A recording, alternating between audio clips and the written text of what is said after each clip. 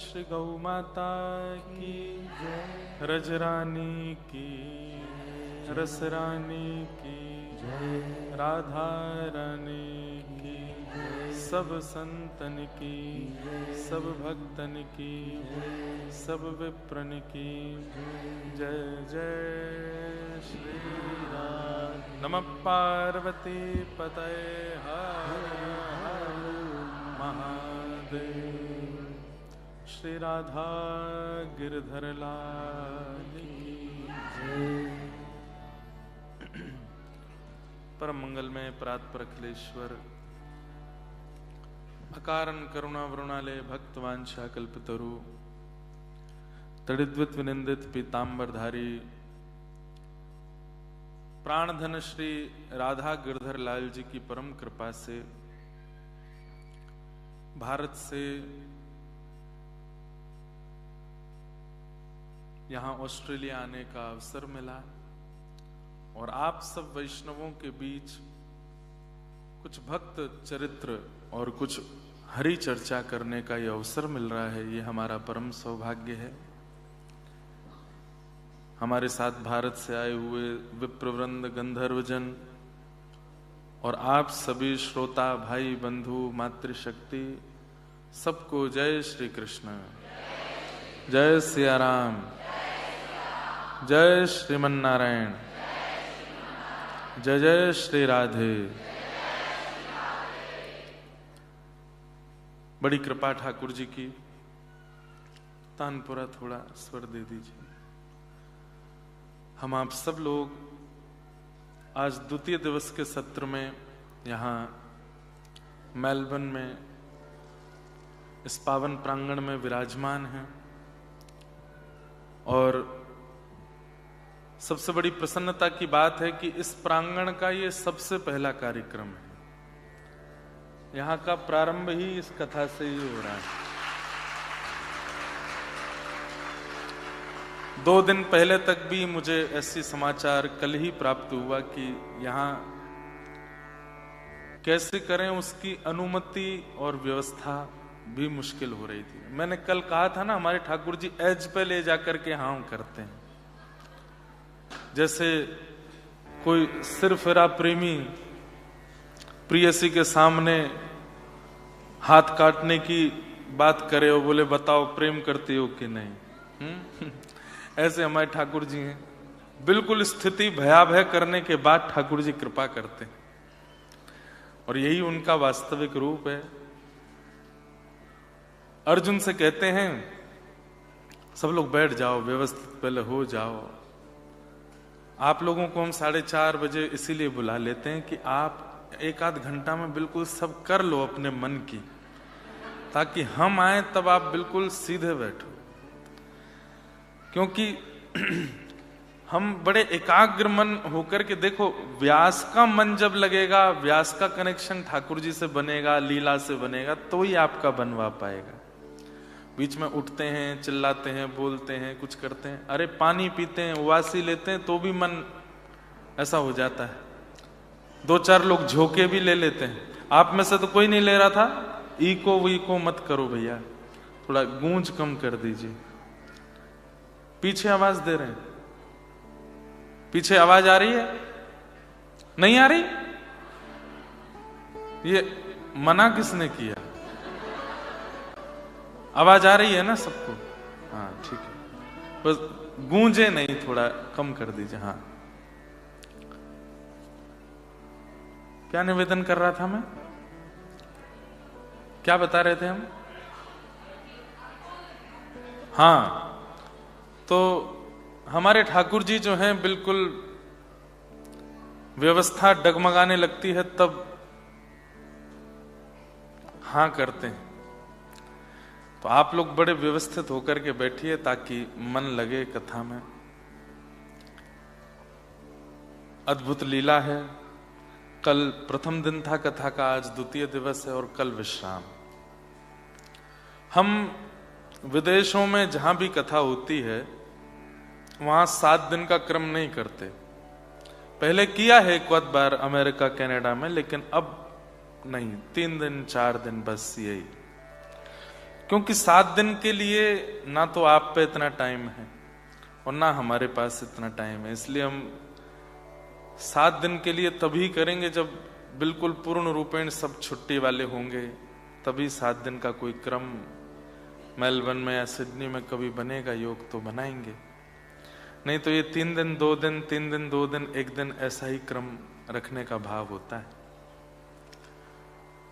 तो कल कथा का प्रारंभ हुआ, आज मध्यस्थ है, कल विश्राम है। कल हम लोग बड़े भाव से 10 प्रकार के नामापराधों के बारे में सुन रहे थे और कई लोगों को संभवतः उन 10 नामापराधों से कई चीजें क्लियर हो गए होंगी। आज भी मैं सुबह एक चर्चा सब लोगों से कर रहा था जब हम बैठे थे कि भक्ति में सबसे ज्यादा आवश्यक क्या है? उद्देश्य।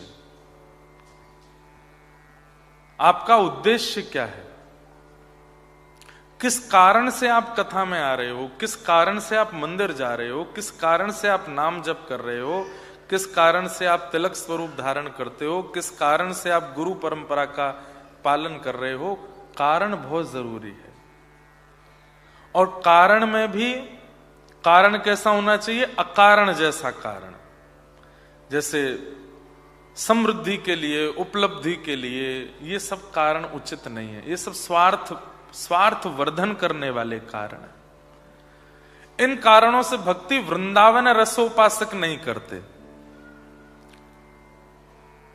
प्रिया प्रियतम दोनों नित्य विहार कर रहे हैं, हम कहीं अपना कारण कह करके, अपनी भावना कह करके, अपनी कोई इच्छा बता करके उनको विचलित ना करें। वृंदावन के लोग प्रिया प्रियतम से कुछ नहीं मांगते। जैसे राखो तैसे रहूं, जैसे राखो तैसे रहूं, जानत हो सुख दुख सब जन के, जानत हो सुख दुख सब जन के, मुख सो कहाँ लो कहूँ, मुख सो कारो कहूँ, जैसे राखो तैसे रहूं, जैसे ही राखो तैसे रहूं, कबहू कसुरंग चढ़ो महागज, कबहू कसुरंग चढ़ो महा। हे नाथ, आप कृपा करोगे तो मैं गजेंद्र की सवारी भी करूंगा, मतलब हाथी पर बैठूंगा। और यदि आप कृपा नहीं, वह भी आपकी कृपा है कि मैं गिर रहा हूं। कबहू कभार डहूं, कबहू कभार। एक बात मान लीजिए, सब अच्छा अच्छा अच्छा अच्छा अच्छा अच्छा होता है, हम लोग कई बार उसी को कृपा मानते हैं। नहीं, हर परिस्थिति कृपा है। आपको चोट भी लग रही है, कृपा है। बीमार हो रहे हो, कृपा है। मारा गिरधर लाल थारो नचायो नाचू रे, मारा गिरधर लाल थारो नचायो नाचू रे। हर परिस्थिति कृपा है। कुछ हो रहा है वह भी कृपा है, कुछ नहीं हो पा रहा है तो उसको भी यही मानिए कि शायद इसमें भलाई नहीं है मेरी, इसलिए ठाकुर जी नहीं दे रहे हैं। उसको भी कृपा मान करके जी लीजिए। हर परिस्थिति को ठाकुर जी की कृपा मानना और उनसे कभी ना तो शिकायत करना, ना कोई प्रार्थना करना। बस आप राजी रहो, आप प्रसन्न रहो, आप सुख में विराजो और मेरे लिए जो उचित है वो मुझे देते रहो। बस यही प्रार्थना रहती है व्रज के उपासकों की। पर अधिकतर हम भारतवासी लोगों का एक भाव बन जाता है और पूरे विश्व समग्र जो भी धर्म का कार्य करते हैं सब में एक भावना जुड़ जाती है, कारण से ठाकुर जी को भजना है। ये काम हमारा होना चाहिए, हे हनुमान जी हमारा ये काम बनना चाहिए, हे गणपति जी हमारा ऐसा होना चाहिए, हे दुर्गा मैया ये काम तो हमारा करवाई दो।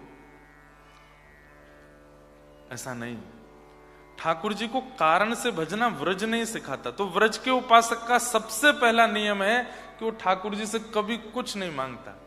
भक्तिमती मीराबाई आधे से ज्यादा जीवन निकल गया तब भी वृंदावन नहीं पहुंची थी।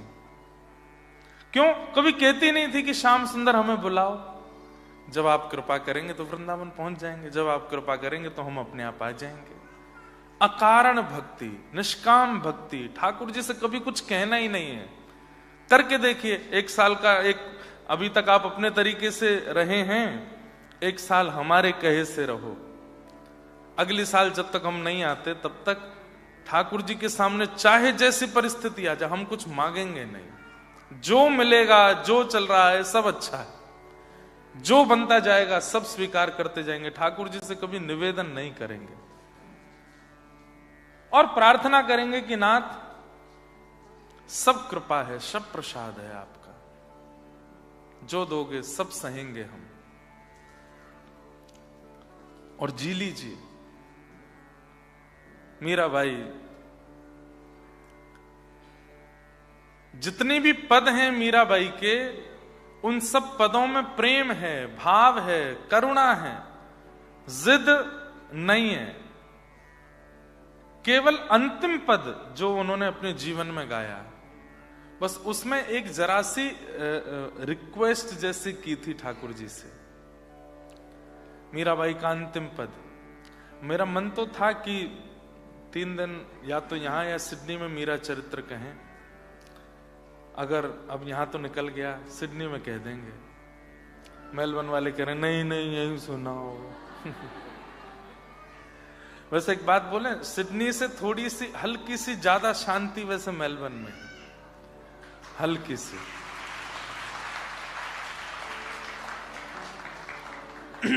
सिडनी में थोड़ी ज्यादा भागदौड़ सी ज्यादा है, हल्ला गुल्ला भी थोड़ा सा ज्यादा है।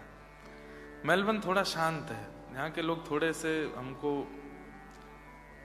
शांति प्रिय ज्यादा लगते हैं, इसलिए हम सबसे पहले श्री गणेशाय नमः यहीं से करते हैं। लेकिन सत्य बताएं, हम सोच के कुछ भी आए, माहौल जैसा होता है ना, कथा वही होती है। अब ये कह के जा रहा हूं, जरूरी नहीं है कि वहां मीरा चरित्र हो, क्या होगा भगवान जाने। लेकिन अगर बनेगा तो मीरा चरित्र थोड़ा सा सुना। मीरा चरित्र के लिए 3 दिन कम है, 4-5 दिन हो कम से कम। बहुत सुंदर एक एक पद गायन हो। इस बार है दिसंबर में है बंबई में मीरा चरित्र। तो मीराबाई सब कुछ छोड़ के जा चुकी हैं। भाई छोड़या बंधु छोड़या, छोड़या जग से, भाई छोड़या बंधु छोड़या, छोड़ा जग सोई।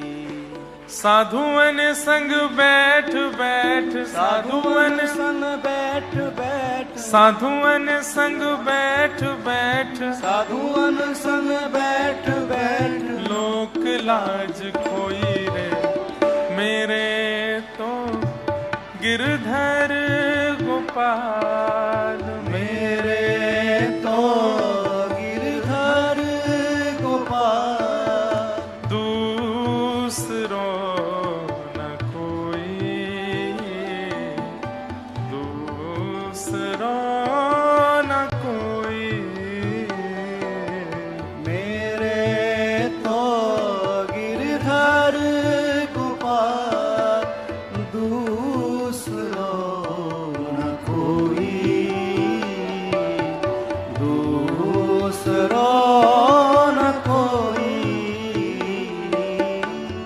वैसे मीरा चरित्र उनको सुनाने में ज्यादा सुख है जो ठाकुर जी से कोई संबंध मानते हो।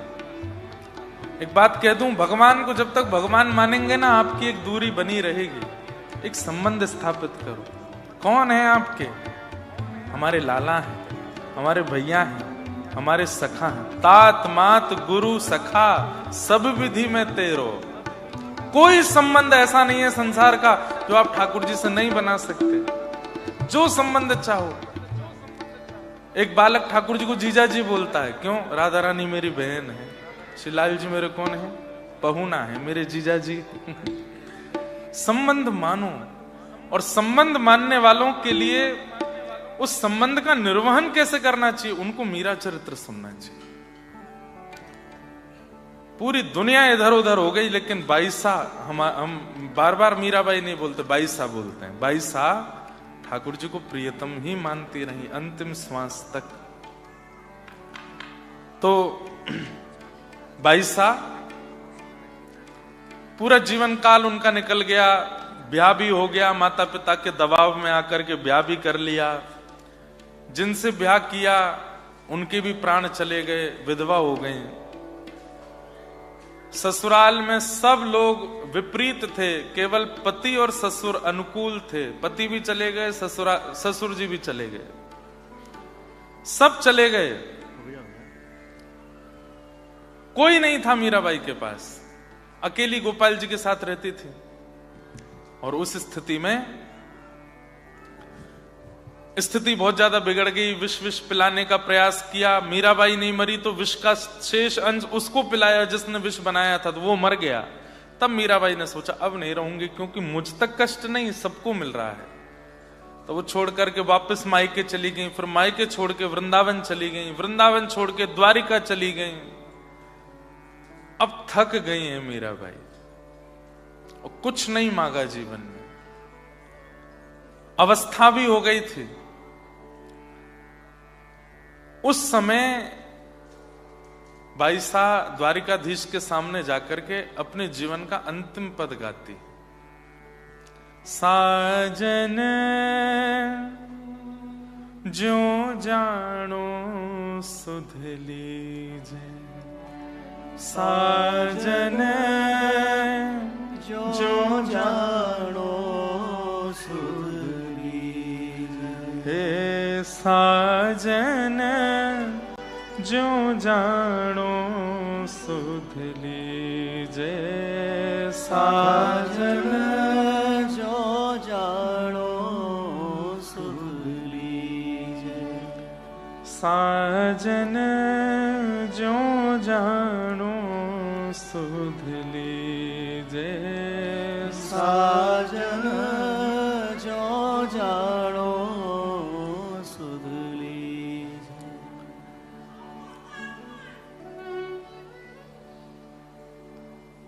नींद रैन भूख न प्यासा, नींद न रैन भूख नहीं प्यासा।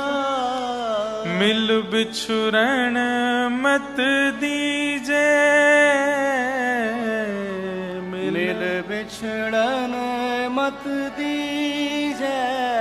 मीरा के प्रभु गिरधर नागर, मीरा के प्रभु गिरधर नागर। मिल बिछुरन मत दीजे, साजन जो जानो सुध लीजे। साजन जो जानो।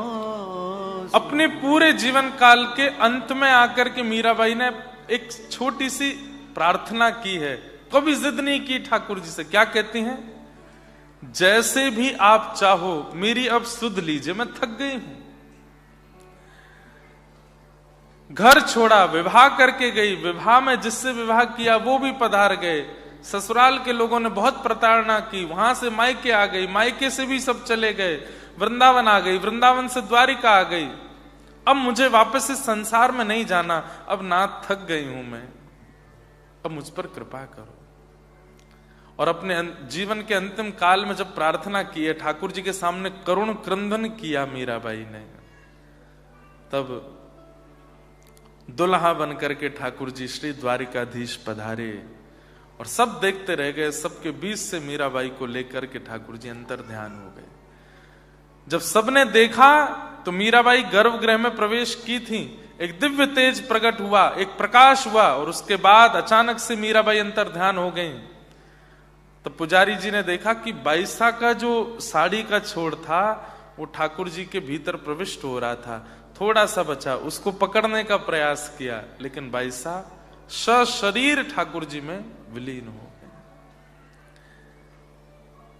कभी कोई प्रार्थना नहीं, कभी कोई जिज्ञासा नहीं, कभी कोई शिकायत नहीं, कभी कोई अर्जी नहीं, ठाकुर जी के सामने बस एक ही बात, ये जीवन मेरा प्रसाद है, आप जो देंगे जैसे देंगे मुझे सब स्वीकार है।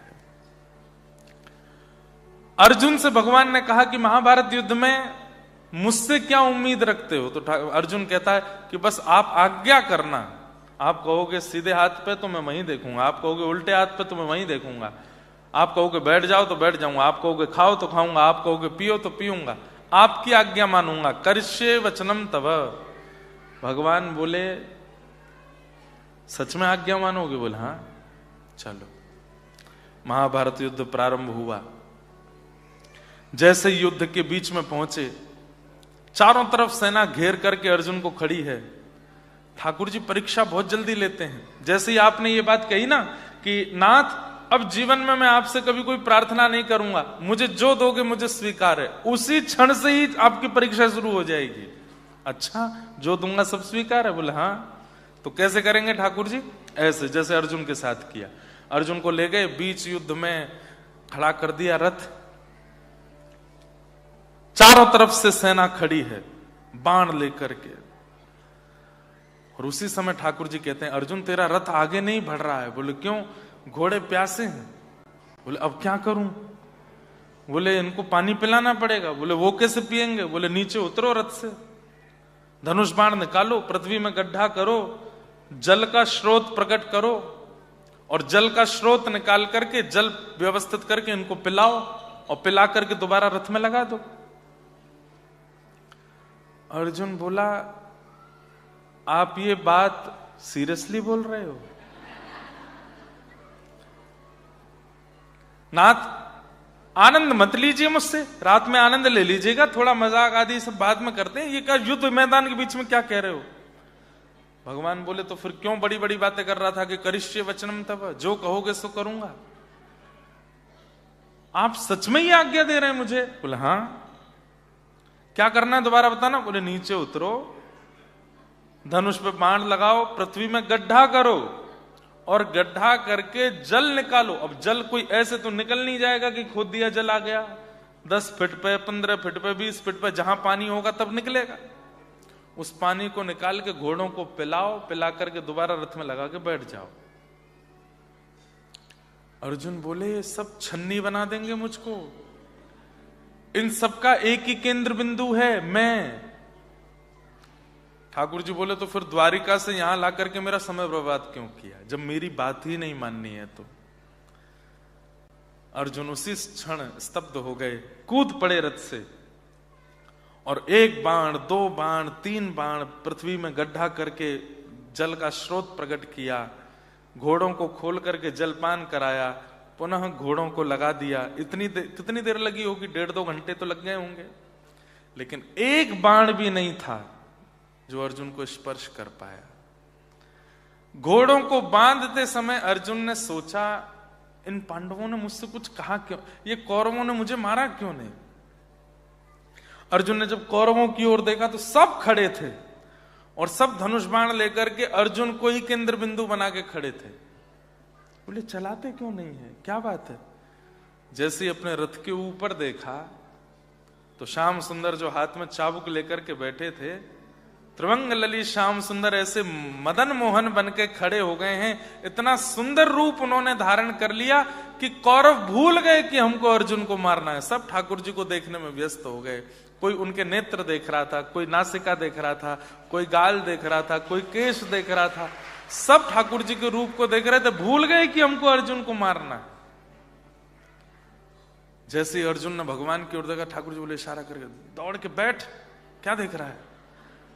अर्जुन ने तब कहा, हे नाथ, हे श्याम तेरी अपार माया, तेरा जो हर कमाल देखा, हे श्याम तेरी अपार माया, तेरा जो हर कमाल देखा, हे श्याम तेरी अपार।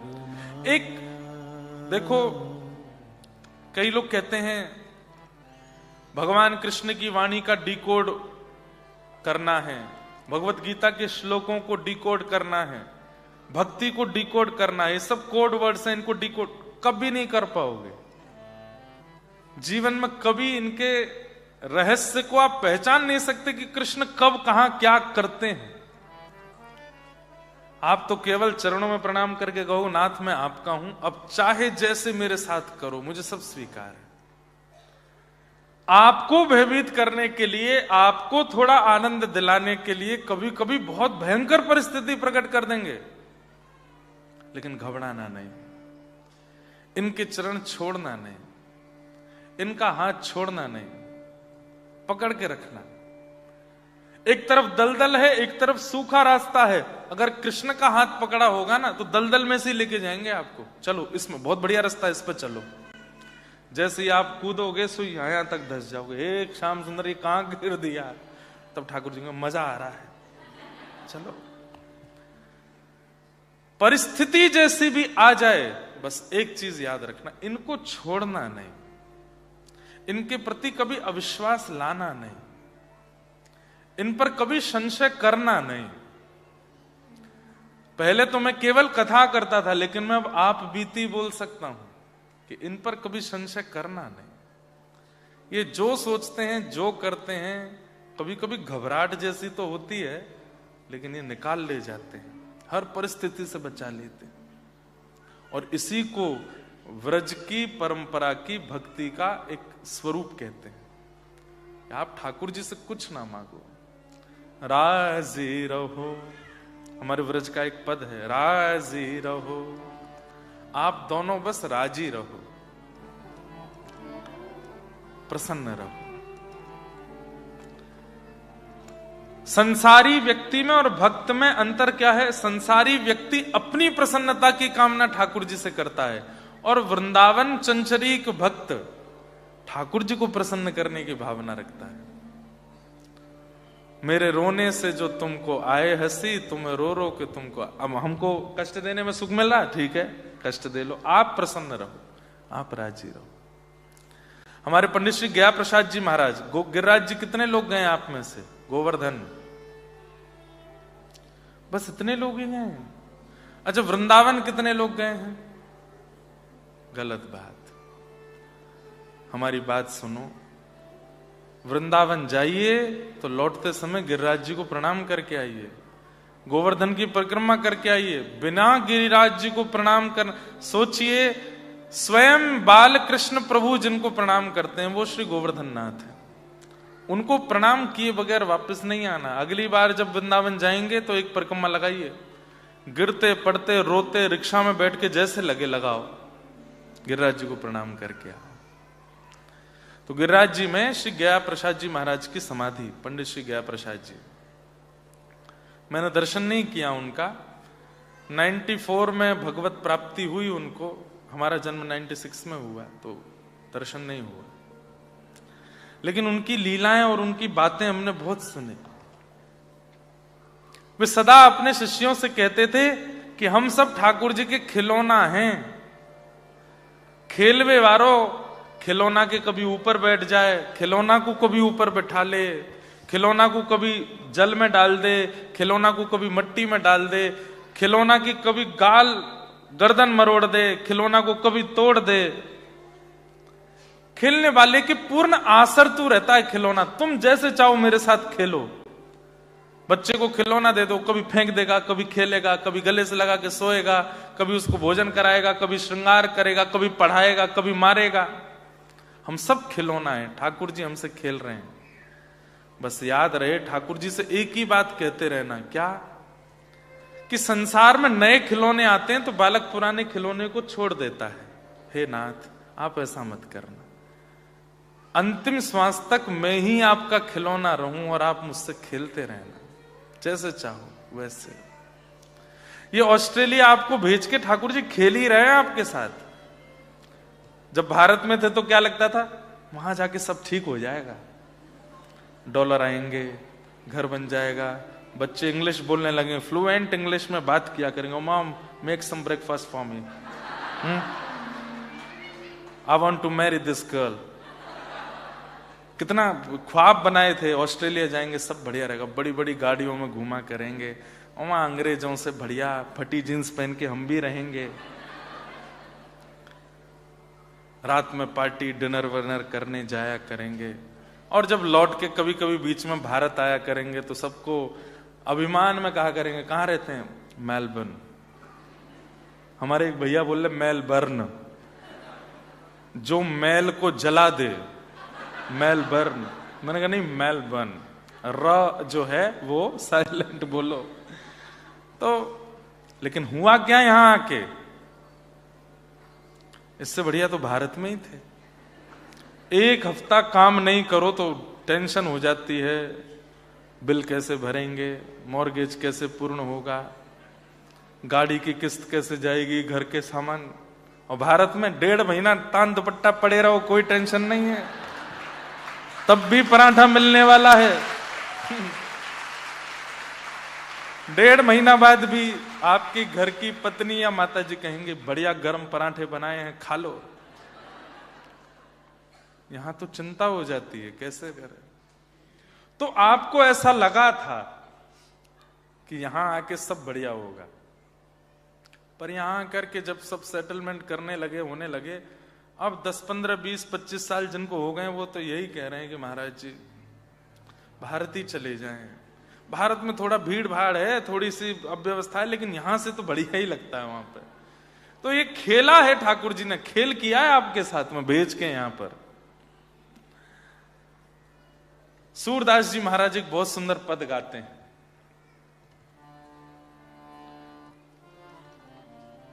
नाचो बहुत गोपाल अब मैं, नाचो बहुत गोपाल, ओ नाचो बहुत गोपाल अब मैं, नाचो बहुत गोपाल।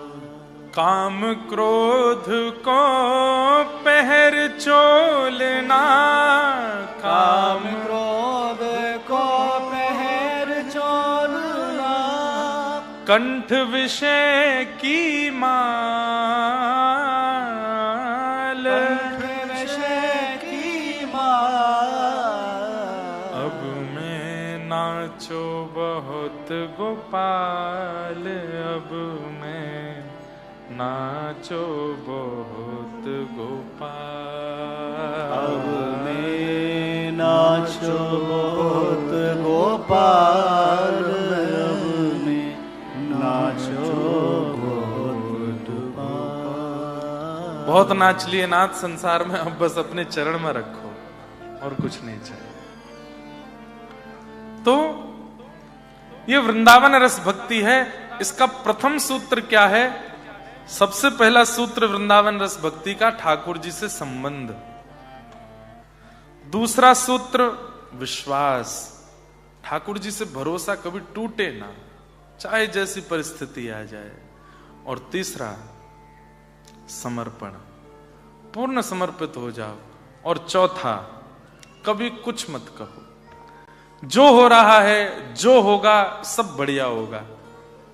संसार को लगता होगा कि ये तो बहुत अनर्थ हो गया इनके साथ में, नहीं, आप ये कहो नहीं नहीं ठाकुर जी ने कुछ सोच के ही किया होगा, कुछ बढ़िया ही उन्होंने आगे के लिए विचार किया होगा। ठीक है, मुझे स्वीकार है, जो मेरे साथ हुआ मुझे सब स्वीकार है। नाथ आपका प्रसाद है और प्रसाद सदैव कल्याणकारी होता है। इस प्रकार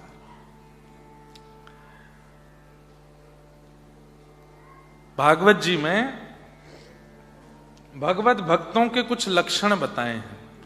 इन्हीं लक्षणों में हम कुछ ब्रज के भक्तों के भाव सुनेंगे और इन लक्षणों को आप ढूंढिएगा कि ये आपके अंदर ये लक्षण हैं कि नहीं है।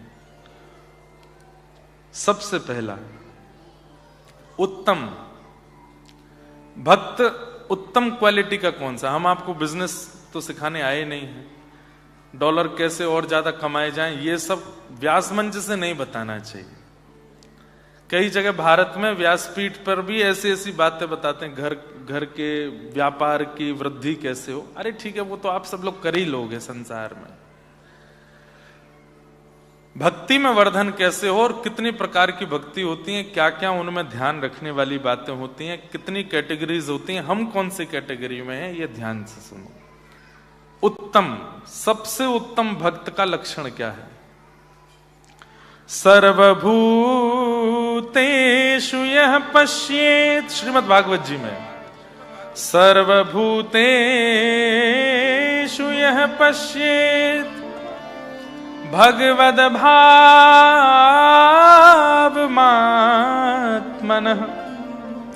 भूतानि भगवत्यात्मन् एष भागवतोत्तमः।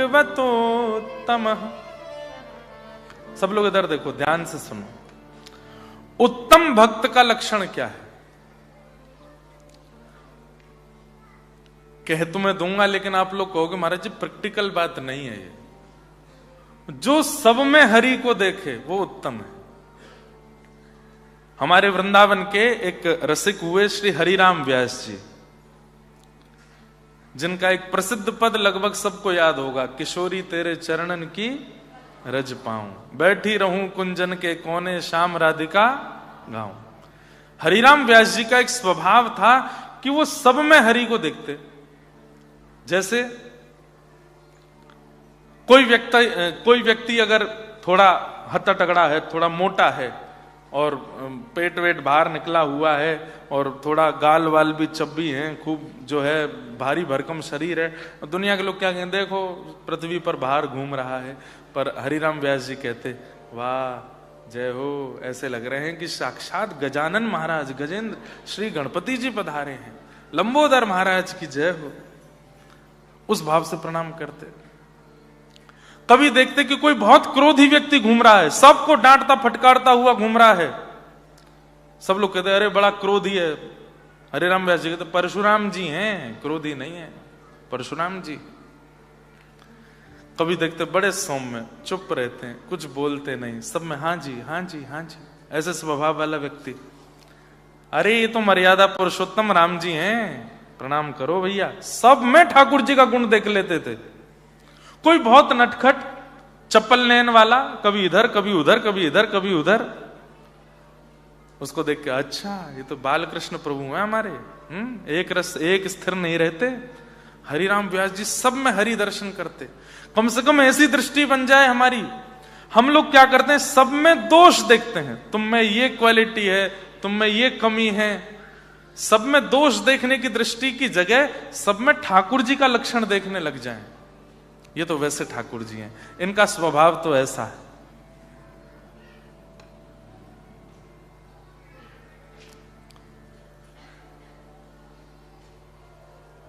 एक व्यक्ति हमारे मित्र हैं,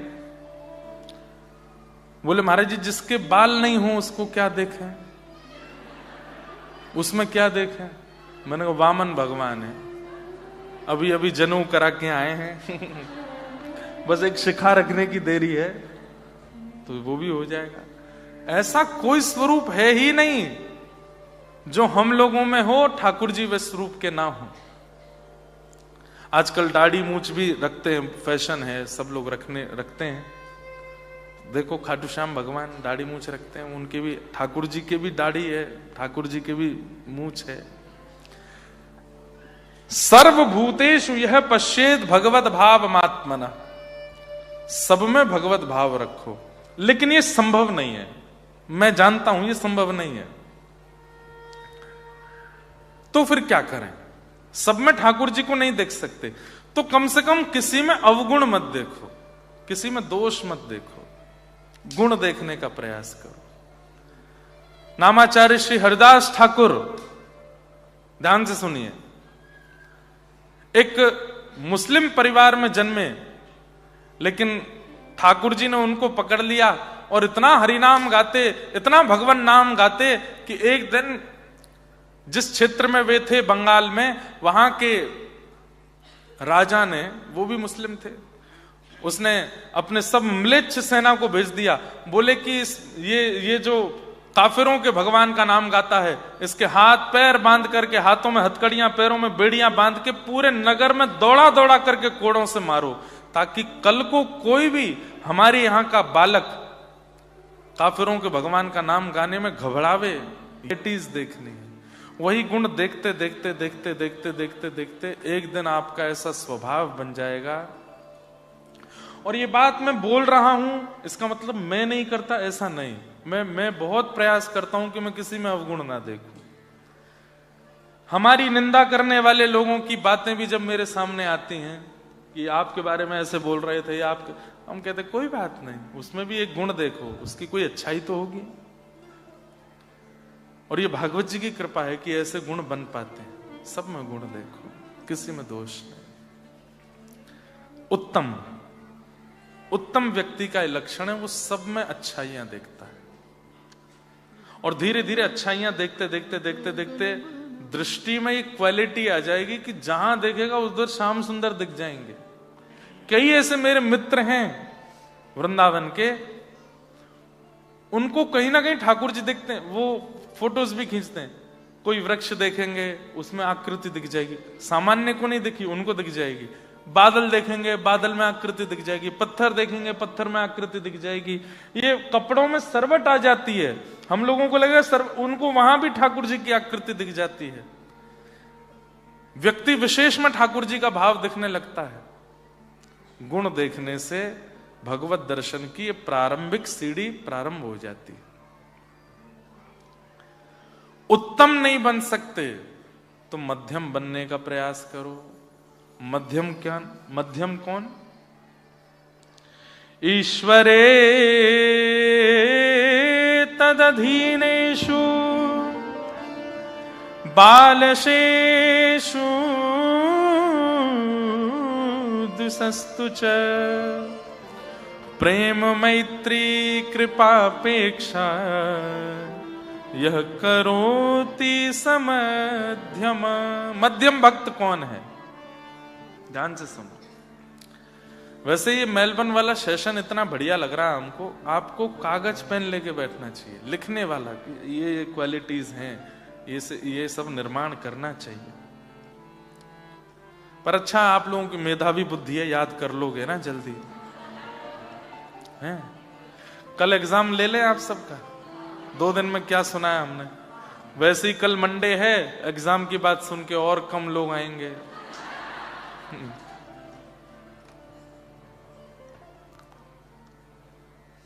ईश्वरे तद अधीनेषु। मध्यम व्यक्ति जो उत्तम नहीं है। उत्तम कौन? जो सब में ठाकुर जी को देखे। ठाकुर जी नहीं देख सके तो सब में गुण देखे। लेकिन जो यह नहीं कर पा रहा है वो मध्यम बनने का प्रयास करे। मध्यम की स्थिति क्या है? ईश्वरे तद अधीनेषु। वो ठाकुर जी में और इंसानों में भेद तो रखता है। ठाकुर जी, इंसान इंसान है। हमारे आचार्य चरण, जिस परंपरा में हमारी दीक्षा हुई, श्री रामानुजाचार्य, तो रामानुजाचार्य जी के दामाद थे, उनका नाम था लालाचार्य। क्या नाम था? श्री लालाचार्य जी। बहुत सुंदर चरित्र, ध्यान से सुनना। तो श्री लालाचार्य जी रामानुजाचार्य जी से दीक्षा ली उन्होंने। तो दीक्षा लेने के बाद उन्होंने एक दिन आचार्य चरण से पूछा कि आप अपने शिष्य को कुछ आज्ञा दीजिए। तो रामानुजाचार्य जी ने आज्ञा दी, सब में ठाकुर जी का दर्शन करो, सब में परमात्मा को देखो। तो लालाचार्य जी बोले, गुरुदेव क्षमा, आपकी आज्ञा काटना तो नहीं चाहिए मुझे, लेकिन मैं जो बात है वो स्पष्ट कह दूं। क्या? मैं भगवान को सब में नहीं देख सकता। इंसान इंसान है, भगवान भगवान है, मैं उनको कैसे देख लूंगा साथ में? तो रामानुजाचार्य जी बोले मुझे ये बात बहुत अच्छी लगी आपकी। ये कई लोग होते हैं ना कि गुरु ने कुछ कह दिया, कर तो नहीं सकते लेकिन जबरदस्ती दिखाने के, हाँ हाँ गुरुदेव आप तो बस आज्ञा करो, जो कहेंगे वो करने को तैयार हैं, आप तो बस कहने की देरी करो। ऐसी बड़ी बड़ी बातें नहीं की, आपने स्वीकार किया कि मैं नहीं कर पाऊंगा। सब लोग इधर देखो, ध्यान से सुनो। तो लालाचार्य जी बोले कि मैं सब में परमात्मा को नहीं देख पाऊंगा, कोई और आज्ञा कर दीजिए। तो दूसरी आज्ञा करते हुए आपने कहा कि सब में अपने गुरु को देखने लग जाओ, गुरु का दर्शन सब में करने लग जाओ, ये आज्ञा का पालन कर लो। लालाचार्य जी फिर से बोले क्षमा करें मैं ये भी नहीं कर पाऊंगा, सब में अपने गुरु मेरे गुरु हैं, सब में उनको कैसे देख लूंगा मैं। तो रामानुजाचार्य जी बोले तीसरी आज्ञा। बोले क्या? जो भी तिलक, जो भी कंठी और जो भी धोती या फिर किसी भी रूप में वैष्णव रूप में दिखे उसको अपना कोई संबंधी मानो। लालाचार्य जी बोले हाँ ये कर सकता हूं। भले ही नाम नहीं जानते, पहचानते नहीं है, गांव नहीं पता, कुछ नहीं, पर जो भी वैष्णव भेष में दिख जाए उसको अपना कोई संबंधी मान लो, ये काम कर लो। बोले हाँ ये कर लेंगे। बोले बस हमारी आज्ञा है, आज के बाद तिलक धारण करने वाले, शिखा धारण करने वाले, गले में कंठी पहनने वाले, धोती पहनने वाले वैष्णव कहीं से भी हैं, उनको तुम अपना संबंधी मानोगे। लालाचार्य जी बोले ठीक है। लालाचार्य जी की स्थिति ऐसी हो गई कि जैसे ही कोई तिलकधारी दिखता ना तो अपनी पत्नी से बोलते देखो अभी क्या हमारे छोटे भाई आ रहे हैं, तो थोड़े युवा दिखते, थोड़ा अच्छा शरीर होता है, युवा हैं, तो देखो हमारे छोटे भाई आ रहे हैं, तुम्हारे देवर आ रहे हैं। नाम नहीं पता है, गांव नहीं पता है, लेकिन पहुंच जाते। आइए आइए आइए भैया, कब आए? तो सामने वाला कहता आप कौन? अरे हम दोनों बचपन के बढ़िया भाई हैं, दूर के भैया हूं मैं तुम्हारा, हमारा परिवार एक ही है। बोले कैसे, थोड़ा बताओ तो, हमारा परिवार एक। बोले बाद में बात करेंगे, घर चलो पहले। घर लेकर के आते, पैर धोते, घर में बिठाते, भोजन कराते, उनके अंग पर इत्र लगाते, इतना उनका सम्मान करते कि वो व्यक्ति भूल ही जाता पूछना कि हम भैया कैसे हैं दोनों। 2-4 दिन खातिरदारी करते, ठीक है भैया अगली बार जरूर आना। बोले हाँ आऊंगा।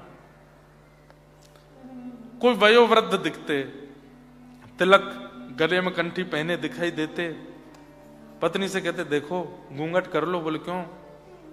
तुम्हारे चाचा ससुर जी आ रहे हैं। मतलब जो तिलकधारी है, जो शिखा सूत्रधारी है, जो वैष्णव भेष में है, वो मेरा है। ये लालाचार्य जी ने नियम ले लिया। एक बार की बात, पूरे नगर में हल्ला जैसा फैल गया था कि लालाचार्य जी के तो सब संबंधी हैं, तिलकधारी हों, कंठीधारी हों, धोतीधारी हों, सब इनके ही हैं। अच्छा आप एक बात सुनेंगे हमारी,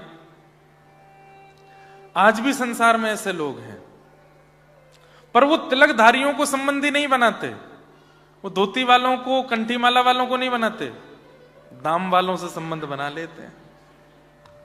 जैसे दिखाई देता खूब दाम है, भैया आप हमको हमारे काका जी जैसे लगते हो, हम चाचा बोल लिया करें आपको। हाँ बोल लो भैया, क्या बुराई है। बहन जी आप तो हमको मौसी जैसी, हमारी मौसी बिल्कुल आपकी जैसी दिखती थी, पता है ना कि मर्सिडीज से उतरे हैं बाहर, आप तो मौसी हो हमारी। मौसी जी, अब तो दूसरा कोई पूछे ये तुम्हारे भतीजे हैं? नहीं वो हमको धर्म की मौसी बना लिया उसने। वो धर्म की मौसी नहीं है, दाम की मौसी है, दाम के चाचा, दाम के जीजा जी। कई लोग ऐसे मिलते हैं मुझे, दुनिया में घूमते हैं ना, हमको बहुत लोगों की परख भी हो गई है। जैसे दिखता है कि धनी मानी व्यक्ति है, बहुत ज्यादा संपन्न व्यक्ति है, तो हमारा मन होता है कि संबंध न भी बना सकें तो कम से कम मित्र तो बना लें इसको। वैष्णव का उल्टा रूप होता है, जैसे दिखता है कि तिलक स्वरूप सुंदर धारण किया है, गले में कंठी पहनी है, एकादशी नियम करते हैं, ठाकुर जी की कथा सुनते हैं, इससे कोई संबंध बना लेते, इससे कुछ अपना संबंधी बना लेते हैं। लालाचार्य जी ने संबंध बनाए। एक बार उनकी पत्नी कावेरी जी में जल भरने के लिए गई थी और उनकी सब सहेलियां तो मजाक करती रहती थी, आज कोई नहीं आ रहे तुम्हारे देवर ससुर जी या भैया, कोई तो आ रहे होंगे घर पे। तो लालाचार्य जी की पत्नी कहती, मजाक मत बनाया करो, मेरे पतिदेव का नियम है, मैं उसका पालन करती हूं। जो भी तिलक शिखा सूत्र में है वो सब हमारे संबंधी है। इतने में ही एक लाश बहती हुई जा रही थी नदी से, एक शव बहता हुआ जा रहा था, उनके गले में कंठी थी। शव के गले में कंठी देख करके वो जो सहेलियां थी बोली, अरे घूंघट कर ले। बोले क्यों? कहीं तेरे देवर तो नहीं जा रहे, देख। और शव का जैसे ही दर्शन किया, शव के गले में कंठी देखी, पत्नी दौड़ करके गई। अच्छा एक बात तो है बंधुओं, सुंदर पत्नी मिल जाए, योग्य पत्नी मिल जाए, अच्छा भोजन बनाने वाली मिल जाए, अच्छा बोलने वाली मिल जाए, आपकी बात मानने वाली मिल जाए, या पत्नियों को ऐसे पति मिल जाए, कृपा है भगवान की। लेकिन आपकी भगवत कार्यों में आपकी सहायता करने वाली पत्नी मिल जाए तो ठाकुर जी ने सबसे बड़ा प्रसाद दिया है आपको। उसके लिए सदा धन्यवाद कहिएगा ठाकुर जी को कि आपने ऐसी पत्नी दी जो संसार के कामों में तो साथ निभाती है लेकिन धर्म कार्य में भी साथ निभाती है। या ऐसा पति दिया जो कथा में लेके जावे, वृंदावन लेके जावे, ठाकुर जी के वैष्णव संग में जावे। यही जोड़ी सबसे बढ़िया जोड़ी है, जो दोनों साथ में कथा सुनने आते हैं, जो दोनों साथ में भजन करते हैं, जहां दोनों साथ में ठाकुर जी की सेवा करते हैं। नहीं तो अधिकतर घरों में पति सेवा करते हैं तो पत्नी मजाक बनाती रहती है उनका, पत्नी सेवा करती हैं तो पति सोते ही रहते हैं। कईयों के होंगे भी ऐसे पति, बाहर ही ड्रॉप करके चले जाते, तुम कथा सुनो, जब कथा पूरी हो जाए फोन कर देना, लेने आ जाएंगे। कई पति भी ऐसे होंगे बिना घर पे बताए ऑफिस से सीधे कथा में आ गए होंगे, पत्नी को पता चलेगा तो गुस्सा करेगी। इसलिए ऑस्ट्रेलिया आए थे, यहाँ कथा सुनने आए थे हम लोग।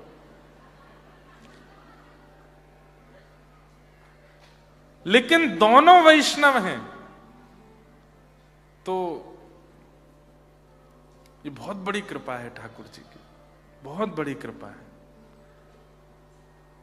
इसको ठाकुर जी की कृपा मान करके कभी कभी पत्नी तो छूती है पति के, पति भी छू ले पत्नी के। जय हो, तुम हमारी धर्म में साथ देती हो।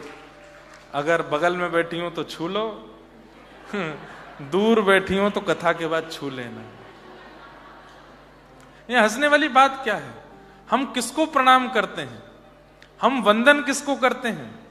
जिसके कारण हमारे जीवन में कुछ अच्छा हुआ, जिसके कारण हमारे जीवन में ज्ञान आया, जिसके कारण हमारे जीवन में ठाकुर जी आए, हम उसको प्रणाम करते। कर लो। कईयों के घर में भक्ति नहीं थी लेकिन कोई बालक का ऐसा जन्म होता है, वो बालक उनको भक्त बना देता है। वो बालक पूजनीय है, बालक वंदनीय है। तो लालाचार्य जी की पत्नी दौड़ करके गई और श्री लालाचार्य जी को जाकर के सब वृतांत बताया। बोले कि नदी में एक बहता हुआ शव जा रहा था, गले में कंठी पहनी हुई है और मेरी सखी बोल गई थी कहीं तेरे देवर तो नहीं। ये सुनते ही लालाचार्य जी मूर्छित हो गए और जब होश में आए तो रोने लगे। मेरे भाई कहां चले गए? नाम भी नहीं जानते, शव का पता भी नहीं जानते, कोई कैसे इतना रो सकता है? और बाहुविह्वल रोते हुए श्री लालाचार्य जी गए और नदी से उस शव को लेकर के अपने घर आए। घर में आके घर के सदस्य की जो जो क्रिया होती है वो सब लालाचार्य जी कर रहे हैं। हाथ में पिंड लगाना, उनका श्रृंगार करना, अर्थी बनाना। पूरे गांव को निमंत्रण दे के आए, मेरे भैया चले गए, आप सब लोग शव यात्रा में आओ। शव यात्रा में सब आ गए पर आपस में सब काना फूसी कर रहे हैं। ये क्या बुद्धि है? ठीक है तुम सबको संबंधी मान के घर ले आते हो, भोजन कराते हो, यहां तक बात ठीक है, अंतिम संस्कार कर रहे हो। लेकिन लालाचार्य जी अपनी गुरु की आज्ञा कितनी मानते हैं। अर्थी पर लेकर के और पूर्ण बिल्कुल वैसे ही रो रहे हैं जैसे छोटा भाई चला गया हो। और लेकर के गए, संस्कार किए, संस्कार करके घर आए। घर आकर के अपना पूरा मुंडन आदि सब करवाया और जो 13 दिन के पूरे नियम होते हैं शुद्धि के वो सब करने लगे। गांव के लोग मजाक बनाने लगे, 13वें दिन ब्राह्मण भोज था। लालाचार्य जी ने नगर के ब्राह्मणों को कहा कि हमारे भाई चले गए हैं, उनके ब्राह्मण भोज में आप सबको आना है। उन ब्राह्मणों ने कहा, जाति का पता नहीं, कुल बिरादरी खानदान का पता नहीं किस लावारिश शरीर को लाके संस्कार कर दिया, बोलता उसके 13 ब्राह्मण भोज में हम तो नहीं आएंगे। और पूरे नगर में एक भी ब्राह्मण नहीं आया प्रसाद पाने। तब लालाचार्य जी अपने गुरुदेव श्री रामानुजाचार्य जी के पास गए और जाके बोले, गुरुदेव मैं तो पूर्ण निष्ठा से आपकी आज्ञा मान रहा हूं, लेकिन ये संसार उस निष्ठा को तोड़ने में कोई कसर नहीं छोड़ रहा है। मैंने अपने भाई का अंतिम संस्कार किया, आपने कहा कंठीधारी तिलकधारी सब तुम्हारे संबंधी हैं, कोई भी ब्राह्मण भोज में नहीं आया। तब रामानुजाचार्य जी बोले, ठाकुर जी से प्रार्थना करो, अगर तुमने नियम का पालन अच्छे से किया होगा ठाकुर जी कृपा करेंगे। ठाकुर जी से प्रार्थना की, बंधुओं वैकुंठ से एक सीढ़ी प्रकट हो गई पृथ्वी के लिए और वैकुंठ के ब्राह्मण आए हैं लालाचार्य जी के यहां 13 की प्रसादी पाने।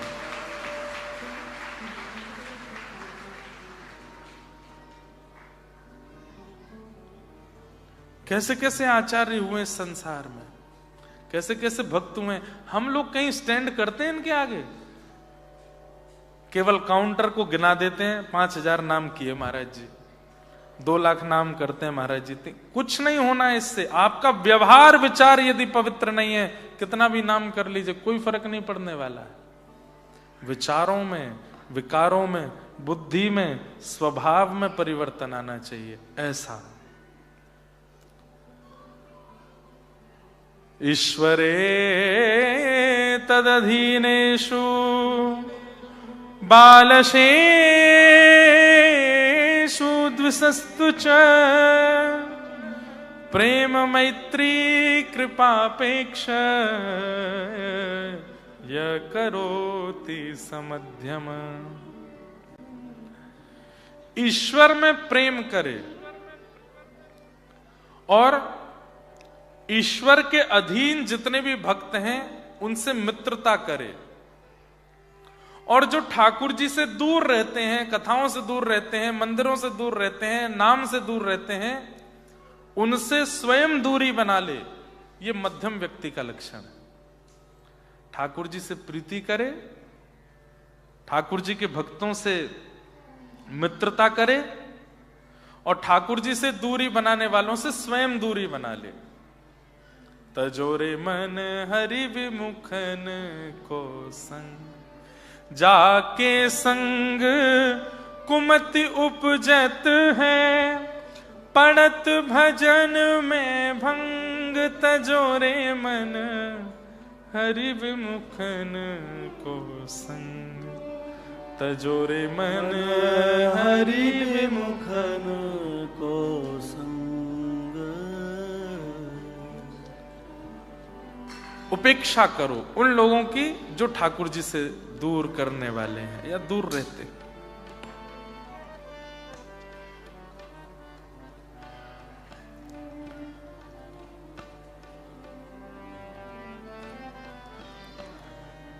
मुझे दुनिया से ये जगत है, यहां कोई नहीं मेरी अपनी, नहीं लेना देना। मैं तो ये जगत है एक सपना, यहां कोई नहीं अपना, हो यहां कोई नहीं अपना। ओ मेरी अपनी वृषभानु दुलारी, मेरी अपनी वृषभानु दुलारी। ओ जहाँ विराजे राधा रानी, हो जहाँ विराजे राधा रानी।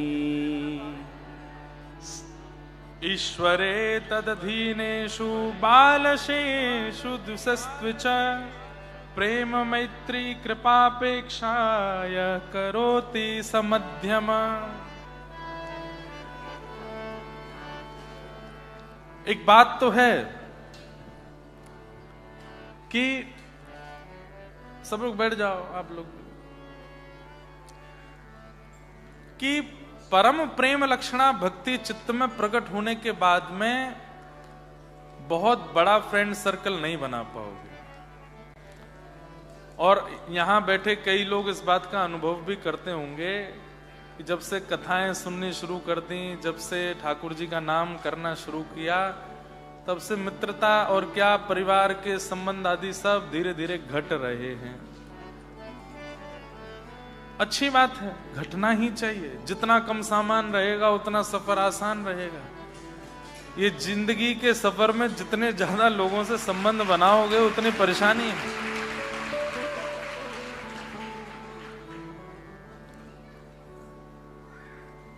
संबंध किससे बनाना है?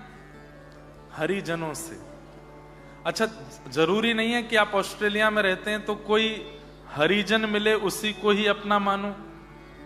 स्वामी श्री हरिदास जी महाराज, हितरिवंश महाप्रभु, हरिराम व्यास जी, भक्तिमती मीराबाई, जनाबाई, सक्कूबाई, श्री ज्ञानदेव जी, नामदेव जी, ज्ञानेश्वर माउली, ये जितने भक्तों के चरित्र आप सुनते हो, इनसे भी एक संबंध बना सकते हो। ठाकुर जी के साथ साथ हरिजनों को भी अपना मानिए। जैसे आप हरिवंशी हैं तो हितरिवंश महाप्रभु हमारे आचार्य प्रवर हैं, हमारे सदगुरु यानी पिता हैं। स्वामी श्री हरिदास जी बोले हितरिवंश महाप्रभु जी के समकालीन ही हैं स्वामी श्री हरिदास जी। ये हमारे कौन हैं? बोले हमारे ताऊ जी हैं। हरिराम व्यास जी कौन है? बोले हमारे चाचा हैं। अच्छा, गुसाई श्री विठलनाथ जी कौन है? बोले हमारे सखा हैं। सूरदास जी कौन है? हमारे मित्र हैं। मीराबाई कौन है? हमारी सखी हैं, हमारी बहन है। इस प्रकार ठाकुर जी के साथ साथ भक्तों से भी संबंध बना लीजिए।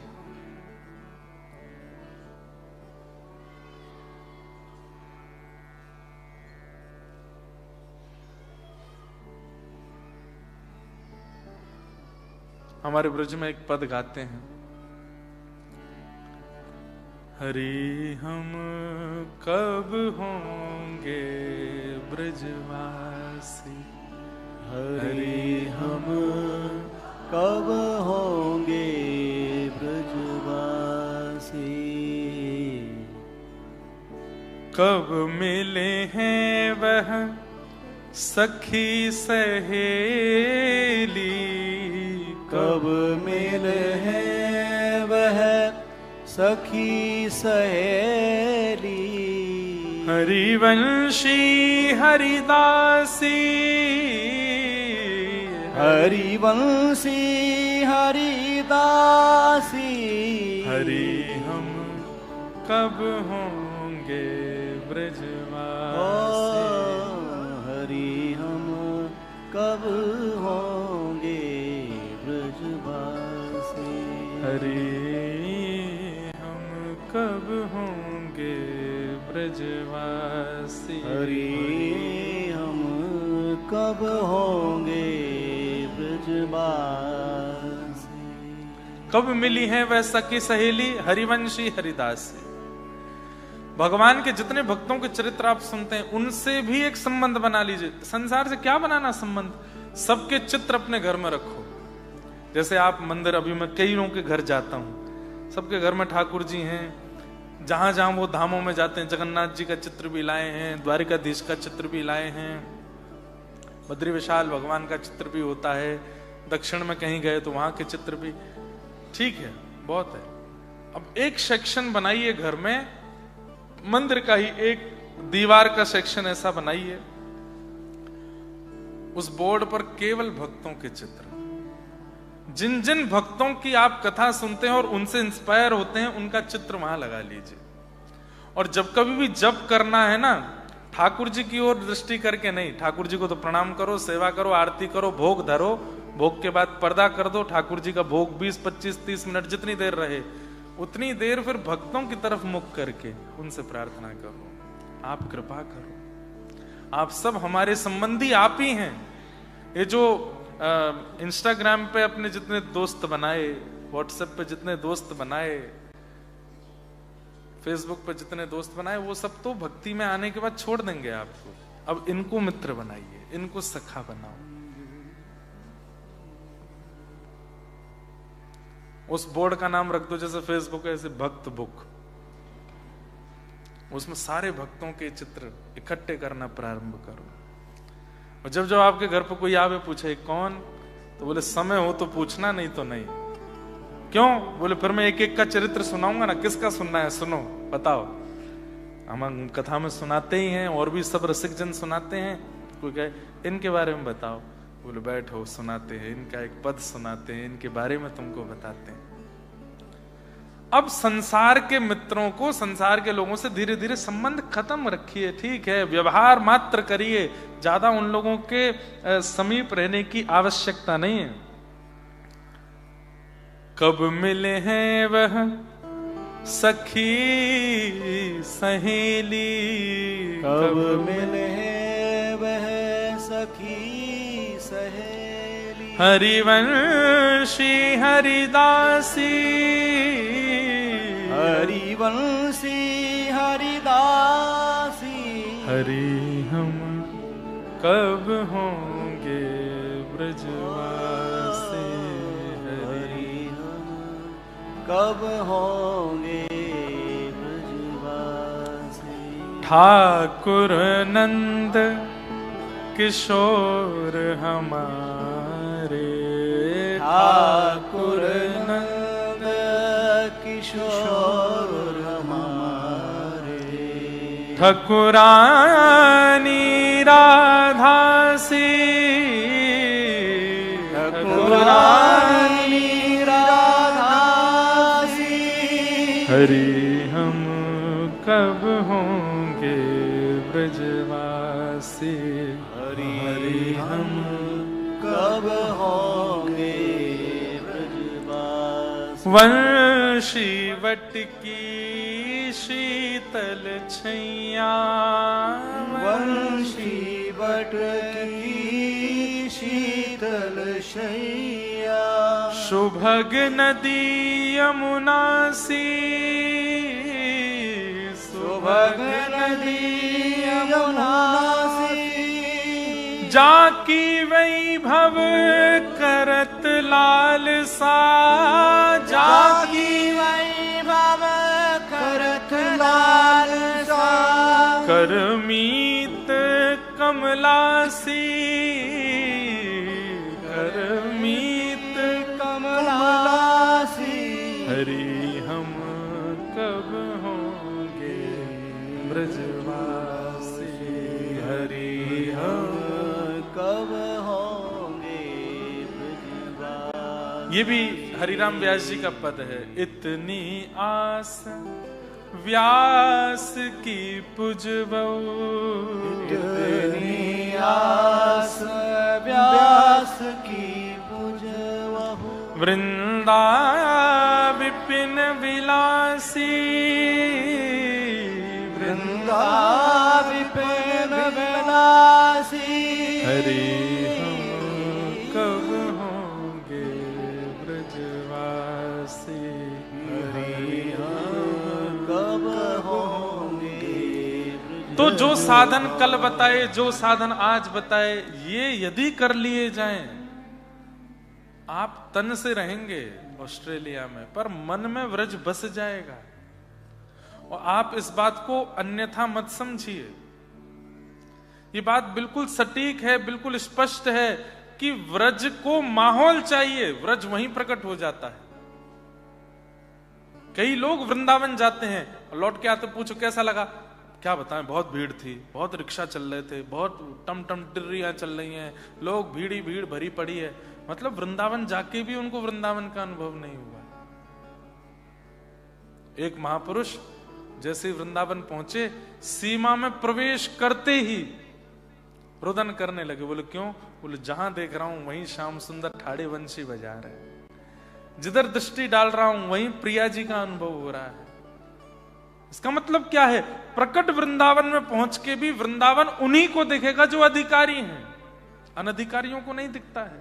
अनधिकारियों को लस्सी दिखती है, कचौड़ी दिखती है, रिक्शा दिखते हैं, बंदर दिखते हैं, बंदर फिर वो चश्मा लेके भागते हैं तो फ्रूटी दिखती है। प्रकट वृंदावन में यही इतना, बस इतना दिखता है। अब प्रकट वृंदावन में और कुछ नहीं दिखता। जित देखूं उतित श्याममयी, ये देखो श्याम, ये देखो श्याम, यही तो है मेरे जीवन। वृंदावन में यदि अधिकारी बन करके गए ऐसा हो, नैनाभिराम बंक मुस्कान, नैनाभिराम बंक मुस्कान, बोह मरोड़ लजावत काम, बोह मरोड़ लजावत काम। ये देखो श्याम, ये देखो श्याम, यही तो है मेरे जीवन प्राण। ये देखो श्याम, ये देखो श्याम, यही तो चित्रा सखी, उनके प्रसंग का ये पद बहुत सुंदर है। चित्रा सखी का पद प्रसंग। मुझे आज किसी ने कहा महाराज जी लीला सुनाओ, कुछ प्रकट हो तो सुना। मैं सब जगह नहीं प्रकट हो पाते, अब होगी, मैं जबरदस्ती नहीं सुनाऊंगा। मन में भाव आएगा कोई सुनाने का तो सुनाऊंगा। तो अधिकारी बनिए। अब उत्तम व्यक्ति का हमने लक्षण सुन लिया, दूसरे का क्या बताया? ईश्वर से प्रेम करे, ईश्वर से प्रेम करने वालों से मैत्री करे, और ईश्वर से दूर रहने वालों से दूर रहे। ईश्वरे तदधीनेषु बालशेषु दुषस्ति च प्रेम मैत्री कृपापेक्ष यह करोति समध्यम। हाँ, एक बात और, जो ठाकुर जी को जानना चाहते हैं पर जानते नहीं है, उन पर कृपा करके उन्हें बतावे। कथा सुनने का मतलब केवल आप अपने तक सीमित मत रखा करो। जो नहीं आते हैं ना कथा में, अगर लगे अधिकारी हैं, उनको भी सुनाया करो। कल हमने कथा में ऐसा सुना था, कल एक महाराज जी आए थे, उन्होंने ऐसा ऐसा बताया था, ऐसे ऐसे सुनाओ, उनको बताओ। और सामान्य व्यक्ति, सामान्य भक्त का लक्षण क्या है? पहले हमने उत्तम सुना, फिर मध्यम सुना, अब सामान्य। सामान्य भक्त का लक्षण क्या है? वो मूर्ति में ही बस अपनी श्रद्धा रखता, और कहीं नहीं। अर्चामावर्च हरे पूजाम य श्रद्धये हते न तद्भक्तेषु चान्येषु सभक्तः प्राकृत स्मृतः। जो केवल भगवान की मूर्ति पूजा में भरोसा करता है, बाकी हरिजनों में, हरि भक्तों में, वैष्णवों में, ब्रजवासियों में किसी में बुद्धि नहीं रखता। ऐसा भक्त कौन है? सामान्य।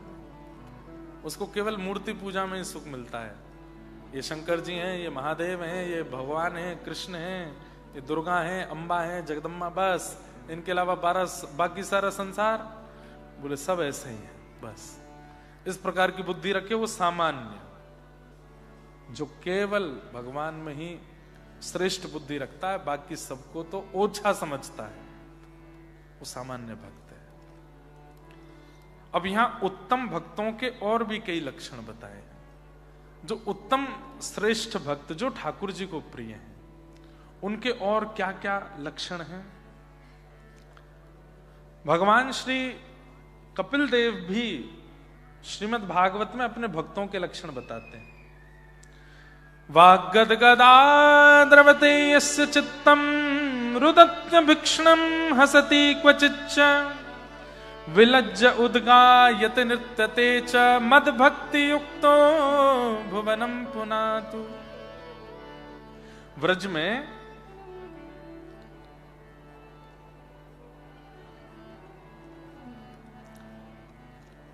अब जब हमको पद गाना था तब तो थी नहीं डायरी, अब लेके आए पंडित जी। ब्रज में दो भक्त हुए, अभी ज्यादा नहीं, 100 वर्ष के अंतराल में। उनका नाम था कुंदन लाल और फुंदन लाल। क्या नाम था? कुंदन लाल और फुंदन लाल। और ये दोनों ही लखनऊ के निवासी थे। इनके बड़े सुंदर सुंदर पद रसिक जनों ने आज भी गाए हैं।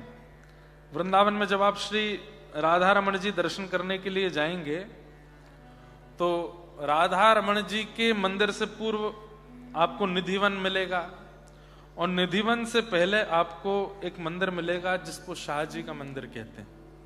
हमारे वृंदावन में उसको टेढ़े खंबा भी कहते हैं, टेढ़ो खंबा, क्योंकि वहां ऐसे टेढ़े मेढ़े खंबे हैं, इसलिए ब्रजवासी उसको टेढ़ो खंबा मंदिर कहें, लेकिन वैसे वो शाहजी का मंदिर है। ऐसा हमारे अभी जब जगन्नाथपुरी में कथा थी तो हमारे सबसे बड़ी जो मेरी बहन है वो राधा रमण जी के गोस्वामियों में ब्याही हैं, तो हमारे जीजा जी हमारे साथ में थे, तो अनुराग गोस्वामी जी, तो वो बता रहे थे वो मंदिर कुंदनलाल जी ने पहले राधा रमण जी के लिए बनवाया था, पर गोस्वामी जनों ने कहा कि हम राधा रमण जी का घेरा छोड़ के नहीं जाएंगे, इसलिए वहां नहीं विराज। इतना बड़ा मंदिर है, मेरे ख्याल से सबसे बड़ा मंदिर होगा वृंदावन का। एक दिन उसका कमरा खुलता है, बसंती कमरा,